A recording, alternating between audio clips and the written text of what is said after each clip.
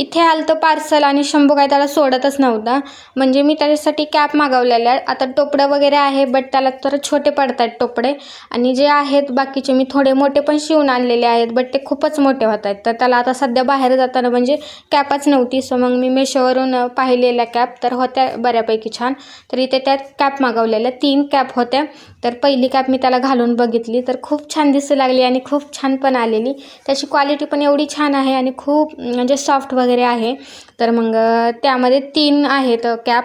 First ही आहे ज्याचा colour आहे थोडासा येल्लोइश, त्यानंतर ही स्काय ब्ल्यू कलरची एक आहे आणि एक पिंकिश कलरची आहे. सो मी सगळे त्याला घालून बघत होते बट तो काही घालायच्या मूडमध्येच नव्हता. एक पहिली घालून दिली आणि दुसऱ्याला जरा चिडचिड करायला.